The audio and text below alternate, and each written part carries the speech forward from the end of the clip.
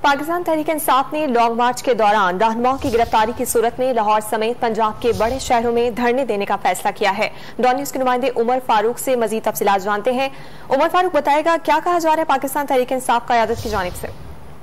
जी तहरीक इंसाफ ने फैसला किया है कि लॉन्ग मार्च को रोके जाने पर पीटीआई ने मुतबादिल हक में हिकमत अमली जो है वो तैयार कर ली है और रहनुमाओं की गिरफ्तारी की सूरत में शहर में एहतजाजी धरने दिए जाएंगे। लाहौर के दाखिली, खारजी और शहर के मुख्तलिफ मुकामात पर कारकुन धरना देंगे। पार्टी ज़राए का मजीद कहना है कि धरने के लिए मुकामात का इंतखाब कर लिया गया है। अगर सिर्फ लाहौर की बात की जाए तो शादरा, बाबू साबू, फिरोजपुर रोड, लालिक जान चौक, लिबर्टी चौक और वहादत रोड समेत दीगर मुकामात पर धरना दिया जाएगा।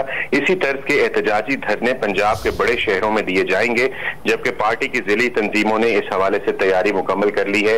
ये दावा किया है पार्टी ज़राए ने। जी, डिटेल्स के लिए आपका शुक्रिया उमर।